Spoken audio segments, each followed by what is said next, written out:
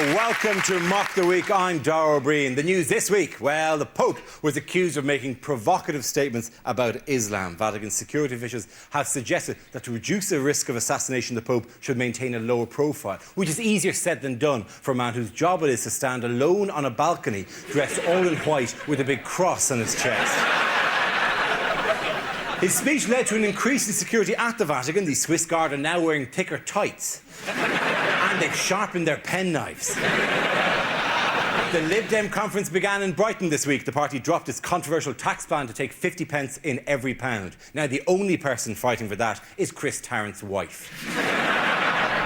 Critics have sneered at the news that leader Sir Ming Campbell keeps a trouser press by his bed. Fogish, perhaps, but still preferable to the large pool of vomit Charles Kennedy kept beside his. A policeman lost his job this week after he saw a couple having sex in a car, but instead of arresting them, he got into the car and joined in. It's PC gone mad. Well, I bet they were shocked when they first saw his helmet come poking through the window. Apparently, he banged on the windscreen, then on the bonnet, before finishing off on the roof rack. I have literally hundreds of these, by the way. While he was in the car with the couple, he phoned the station for instructions and was told, Roger, and out. According to one account of the dogging incident, 1 minute it was quiet and the couple were cuddling on the back seat. The next thing, a police chopper was circling overhead. Seriously, you could be here all night doing this. Taking down your particulars, body of evidence, there's loads of it, right? Joining me tonight are 6 of the country's top comedy performers: Andy Parsons, Joe Brown, Robin Ince, and Frankie Boyle, Hugh Dennis and Ed Byrne. Welcome to you all.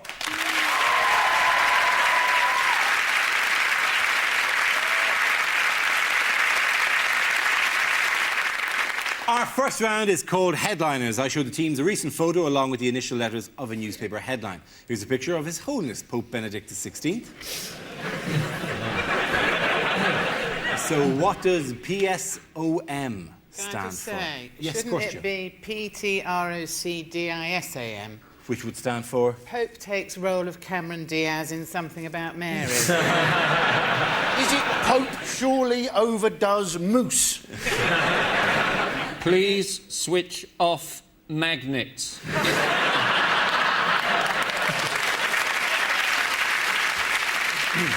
Or Portsmouth sign old midfielder. The P obviously does stand for Pope. I'll give you that. Thanks very much for that. Thank you. Don't worry there. Is he on a hen night? It just looks like he's wearing, you know, those angels' wings that are awfully popular on a... It's his last night as a free man. Is that what you're saying? Maybe in an attempt to reach out, he's claimed that Pope sort of Muslim. You know, I'm quite keen on keeping the women down. You know? The answer I was looking for was Pope's speech offends Muslims. This refers to reaction to the Pope's recent speech in Germany, which he quoted a medieval ruler. He apologised for his remarks, but Muslim anger refused to die down. It's not a very good excuse in general, is it? I was quoting a medieval theorist. Did you say my bird's ugly? Actually, I was just quoting from an ancient text. I think it was originally Thomas Aquinas who said, your bitch is fat. Do you see the apology? He said it didn't reflect his own views, but those of God. Whom I am uniquely given to. Didn't he, in his apology, start slagging off the Jews? Yeah, the actual text apology was, it wasn't my fault, the Jews made me do it. But he's been quite a boring Pope, and then suddenly he lays into the Jews and the Muslims. He's turned into, like, Bernard Manning. Is there any Hindus in? You think God's an elephant? No wonder you live in shit. The Pope is essentially working the room, is he? Well, it'd be good to see him leaning over that balcony. Where are you from, sir? He's a 79-year-old man, though, isn't he? Yes. You know, if he was your grandfather, you'd just go on, Grandpa, go to bed. Go on. If the Pope was your grandfather, you'd want to know the story behind how exactly that happened. Just a dangerous old uncle at the moment, Yeah, isn't he? he's actually, yeah. Who's as close as you can get? It's not exactly in touch with. He's not exactly got his finger on the pulse if he's quoting medieval texts to liven up No, his see, speech. I think if only he'd watched Peaches Geldof's Beginner's Guide to Islam, he would have known what he was talking about, wouldn't he? Because that was so well informed. Did you see it, everyone? The guy he quoted was, it was 14th century, wasn't he? Yes. But it's a very odd reaction to it, because essentially what he said was that it is wrong, that the Muslim world is wrong to use violence. And the reaction in the Muslim world has been, if you say that it is wrong to use violence, we're going to beat you shitless. But Can I if you just say that we distance don't- myself? The spokeswoman, Tasneem Aslam, spokeswoman for the Pakistani Foreign Ministry, the actual quote she said was, anyone who describes Islam as a religion as intolerant encourages violence, which is really having it both ways, to be honest. There's a Qatari Muslim scholar who's called, in answer to this, called for a day of anger, which I think is not a day of action, or a day of anger. What is it to really take it out of you if you have to spend the whole day just in a mood, you know? Somewhere on, what's for dinner today? After your work, having to pretend to be angry all the time. And how do you make sure the women are doing it as well? You know, I hope you're frowning behind that black. That Ed was saying, the Pope doesn't seem to have his finger on the pulse. He's the head of the Catholic Church. They've never been that up to date, have they? They've always stayed a little bit behind on the... Yeah, Yeah, they have, because I remember the last one. I remember JP2, as he's known in the street. Yeah. J to the P to the I. Because in his last days, he apologised for the Spanish Inquisition. Yeah. How old is this guy? There is. He's old, right? Yeah, sorry about that. We're in high spirits. We're all a bit drunk. One of the great things that this Pope said was he said that we must all take the Da Vinci Code with a pinch of salt. And you think, well, he can talk. Oh, yeah, it's ridiculous, the idea that Jesus was married. We all know that he rose from the dead and flew up into the sky. Wasn't the Pope effectively just saying that he thought Christianity was superior to Islam? Yes, he was. But isn't that essentially his job? He is the head of the Catholic Church. He's not supposed to be there bigging up Islam, is he? No. There's a difference between bigging up Islam and describing it as evil and inhuman. I think Not that he did that. All he did was quote a 14th century text, which, let's face it, compared to the Bible, was a hyper-modern text. Yes, but I think we've all learnt, and surely the Pope has learnt, that the Muslim world tends to be... What are you saying about the Muslims? touchy. I think if you're going to lash out at a religion, lash out at the Buddhists. If you make a Buddhist really, really angry, the worst thing he'll do is set fire to himself. Where has Jesus turned up recently? In everyone, Dara.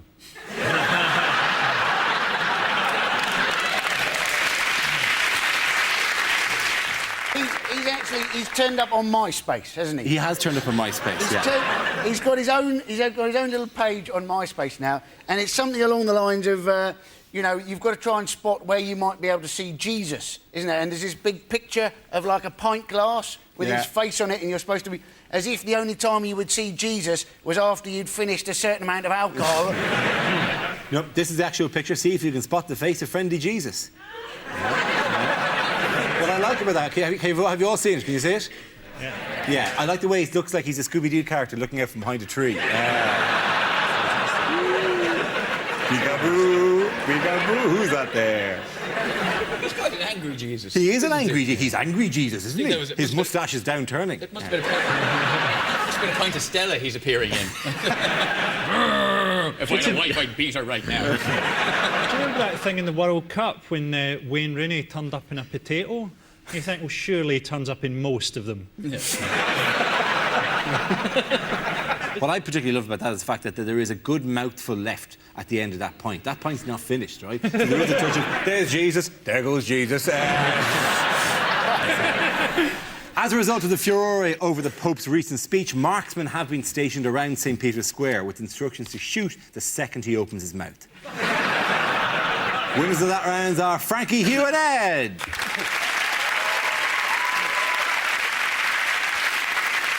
The next round is called Between the Lines and features Hugh and Frankie. Would you please make your way to the press pit? In this round, one of them takes on the role of a person in the news, addressing the media, while the other translates what they really mean. As he prepares to assume centre stage, Frankie, you are Liberal Democrat leader Sir Mingus Campbell addressing his party conference. Hugh, you will tell us what Ming really means. Ladies and gentlemen, welcome to the Liberal Democrat Party conference. What is the point? I have many happy memories of Brighton. I came here as a boy. On a longboat in a Viking invasion.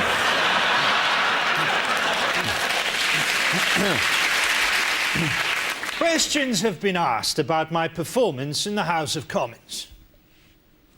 Like, why am I so shite? I'd like to make it clear that the party weighed up all the options before choosing me as the best man for this job. I'm not a homosexual, and I have a fully functioning liver.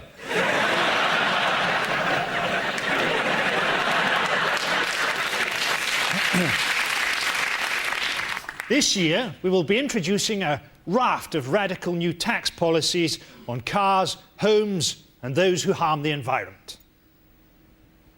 Don't worry, we'll never get in. We've just done it for a laugh. Unlike the Tories, we have a clear idea of where we're going. Nowhere. I'm a man who's not afraid of a challenge. I was an Olympic athlete. At the original Games in 463 BC.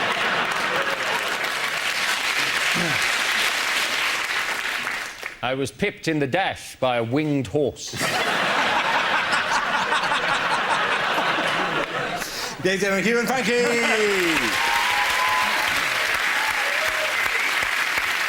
Points for both of them there. Now we play a round called Wheel O News.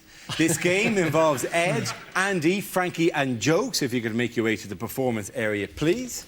This is a stand-up challenge. Our random news generator contains a bank of topics. We spin the wheel, and when it stops, anyone can step forward and try to make us laugh about the subject it's landed on. The winner is the team I judge to produce the funniest material. OK, here we go. Let's have the first topic, please. And the first topic is that bullying? Who wants to come in on bullying? Ed. I'll take bullying. Bullying, serious problem. Obviously, there's a lot of problems in the world, but it's OK, because wristbands are sorting them all out. Them ribbons were useless, but the wristband was on the case to save the day. But my favourite wristband is the anti-bullying wristband, because footballers like Wayne Rooney, people like that wearing it, that kids were getting beaten up at school for their anti-bullying wristband. And that's just beautiful, as far as I can say. I'm just so glad that never happened to me when I was at school, because I could imagine myself trying to reason with the bully as he beat me up for my anti-bullying wristband.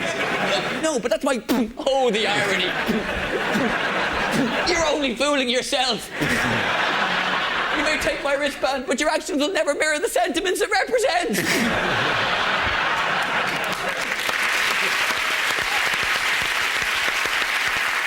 Well done, Ed. OK, let's spin the wheel again.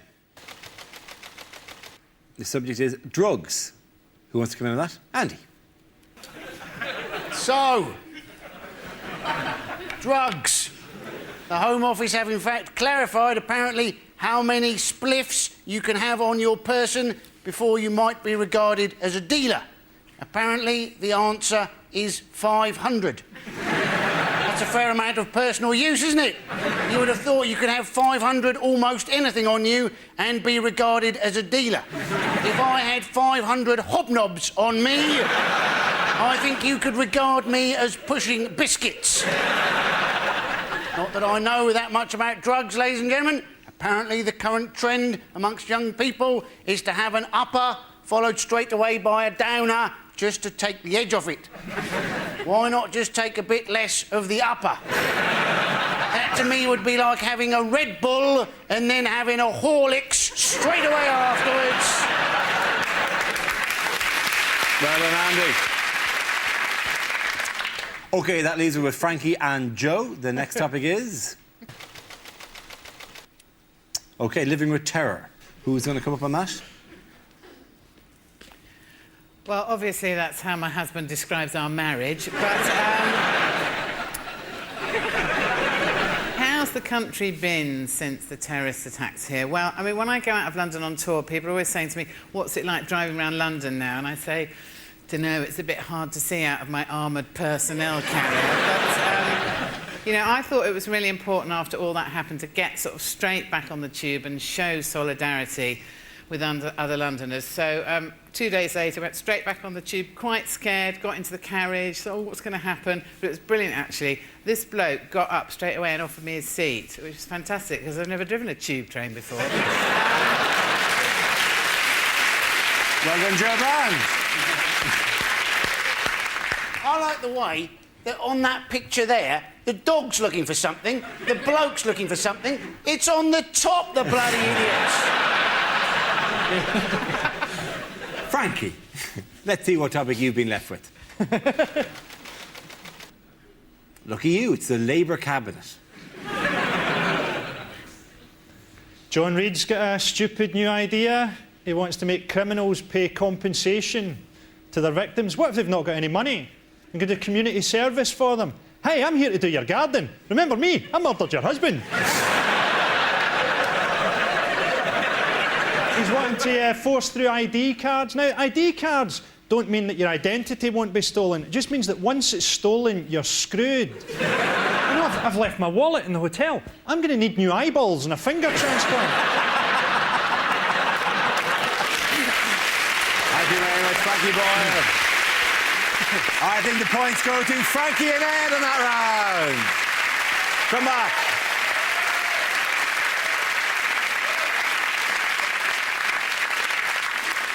Our next round is called If This Is the Answer, What Is the Question? On the board are 6 categories. For each chosen category, I read out an answer and the players have to guess what the question might be. Ed, which category would you like? I'll take politics. OK, your category is politics. The answer is 9 women. What is the question? What would John Leslie hate to see in a jury box? Is it what takes up 18 parking spaces?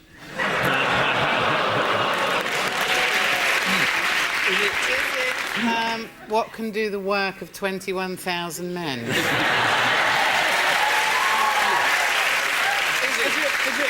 In serial killer terms, what constitutes a spree?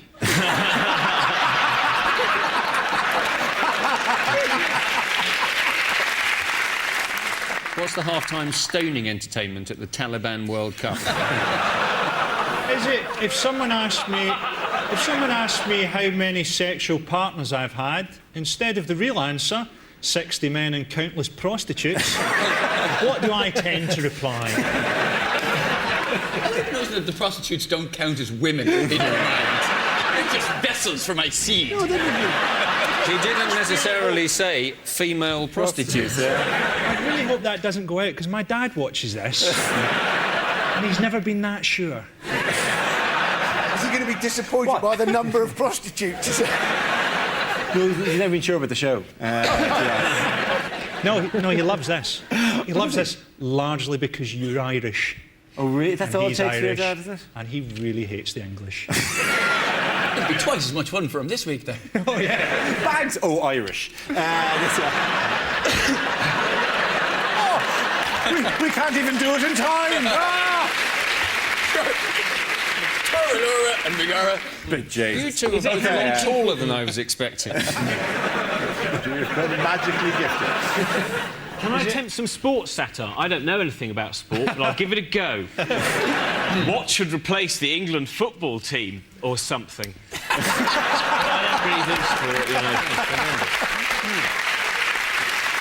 I think it's the Liberal Democrats. Yes, it is about the Liberal Democrats. If you can find a way of wording this, I'd be very impressed. How many Liberal Democrat MPs own a vagina? That would be 9 women. Yeah, well, there could be a bloke That could with be one. 9. The question I was looking for is what small group of MPs were the Lib Dems hoping to expand this week? What were the chances of us getting that right? Listen, don't think... And what do you mean, expand? This is the statistic that of the 63 Liberal Democrat MPs, only 9 are women, and all are white leading to a proposed £200,000 fund to encourage seats to field female and ethnic minority candidates. This is part of the conference which is on at the moment. What have Liberal Democrats' aides suggested in an attempt to make Mingus Campbell appear more youthful? A mask. Is it not a mask? It's not a mask, no. Hiring corpses to stand next to him when he's on the podium. Well, they're doing all sorts of things. They're putting him in nattier suits. Or also putting him in young people's situations. Like they have this of him in a fast car. And God love him, it just looks like there should be a caravan tied to the back of it. Or like there's a slot where you feed in 10 pence pieces. And you just can rock forward and back outside Sainsbury's. That's the kind of shot you always had at Tomorrow's World. And in the future, everyone will be driving one of these. And on to other party leaders. What has appeared on Tony Blair's head this week? Sherry Blair's arse. They're married, it's allowed. Yeah. Or in it, did you say? On Tony On Blair's his head? Yes, The on his number head. of the beast? Not quite. He's got a strange... Basically, he's been branded. He's been given a wrinkle branding by George W. Bush. He has a W on He his... has a W on his forehead. Yeah, this is the photograph. This is what it looks like. That's it. I mean, you can see it close up. When he frowns, there's a W on his forehead. Who isn't a little bit freaked out by that? A little bit thrown by Blair is turning into a Klingon. I think maybe he's just got pissed and fallen over on a barbecue fork. He's not looking well, though, is he? He's like he's ageing in dog years, isn't he? You know, he's got to retire soon, otherwise he's going to, struggle with his hind legs aren't going to work very well, I don't. He'll come into Parliament with one of those tubes around him. He'll stop him biting at his own mane. And why was Cherie in the news this week? Because she hit someone. She allegedly slapped a teenager. A 17-year-old. Who didn't notice. He didn't complain about it, did No. he? But No. someone else who saw the alleged incident did. He was supposed to be doing these bunny ears was over the doing- top of her head, isn't it? That's got to be the worst bunny girl you've ever seen, isn't it, that one? Somebody did little bunny ears behind her and she playfully cuffed him. And somebody reported it to the police and 6 police officers had to investigate. 6 police officers is exactly the right number, though, isn't it? One to ask him, did he get hit? One to write it down. One to check the spelling. One to look around for black people. And 2 to get the snacks from McDonald's. One of whom then wanks over a couple having a shag in a car. Is it ridiculous? Are you not allowed to hit a 17-year-old these days without getting 6 police officers onto you? Well, you once brought 3 police officers to my house because you Yeah, left I it did. drunk in the middle of the night. Yeah, You I left the did. door open and then tried to hail them because you thought they were a cab. There was That's a light. a true story. There was a light on the roof. What was I going It to was do? a big blue light. How did you know? That's a true story. I was in bed and a policewoman came into my room and said, "Is this your house?" Obviously not ever going to make sergeant, this woman. No, it's not my house. I'm a really lazy burglar. I found Baby Bear's bed. What is it, is that the police woke you up, showed you, and then the officer went, this is your house? And you went, yes. And she went, well, you could tidy it up a bit, couldn't you? She pointed, he stood at the bottom of the stairs and she pointed at him. She said, "Do you know this man?" And I was very tempted to say, "No, I've no idea. I've never seen this man before." But I was even more tempted to go, "Hasn't he been on Have I Got News for You?" The other point is, I was wearing a tuxedo at the time, right? My parties are very formal. I looked like a gentleman burglar, like I'd left a note saying, the cat has visited you. Just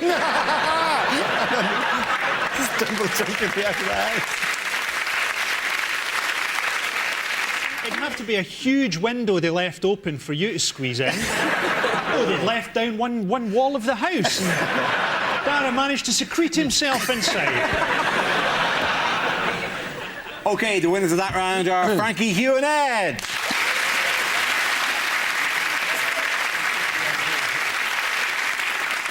Now we come to our final quickfire round called Scenes We'd Like to See. This is for everyone, so if you could all make your way over to the performance area, please. I call it ideas for scenarios we'd love to see, and the performers come in with their suggestions.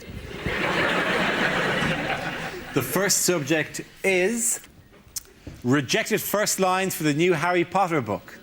Harry thought of his magical adventures very differently now that he'd been diagnosed as a schizophrenic.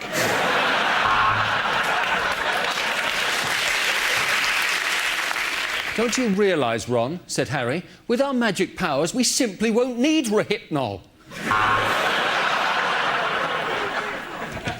Finishing in the cafeteria, Harry and Ron turned their wands on themselves.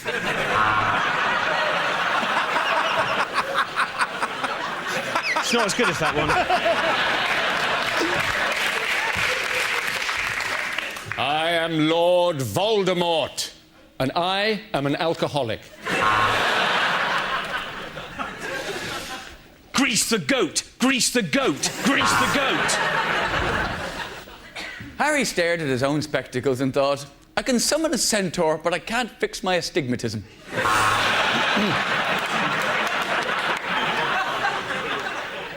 I have earned more money than the Queen. I can't be arsed.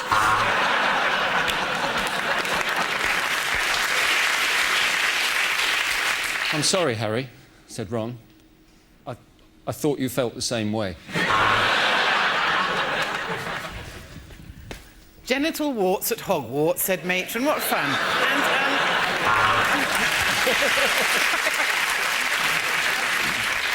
Harry wrapped the elastic round his arm and tapped the crook of his elbow, trying to get his vein up. Come on, you bastard, he said. Something about the spell must have gone wrong, because one of Harry's testicles had turned into a scorpion. It was October, and the beginning of Harry's 5th term at Feltham Young Offenders Institute. Show us where Dumbledore touched you, said the judge. Show us on the doll. The next topic is unhelpful things to say in a crisis. I know, why don't we get the UN involved?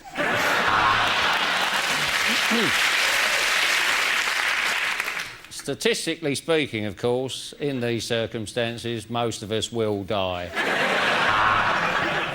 Kumbaya, my lord. I think this 14th century text adequately sums up what I want to say. I know you're a hijacker, but I ordered a vegetarian meal. I know this is probably the wrong time, but I've got an erection.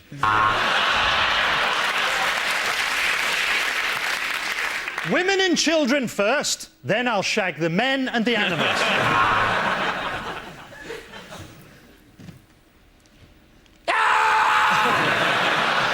Give them all a round of applause, ladies and gentlemen. At the end of that, we're going to give the points to Frankie, Hugh and Ed. That's the end of the show. This week's winners are Frankie Boyle, Hugh Dennis and Ed Byrne. Commiserations to Andy Parsons, Joe Brand and Robin Ince. Thank you for watching. Good night.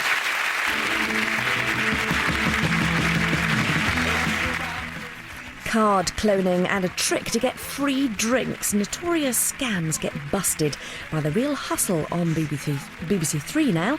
And on BBC Two, the health service on strike and the future for the Green Party. Behind the headlines with Newsnight next.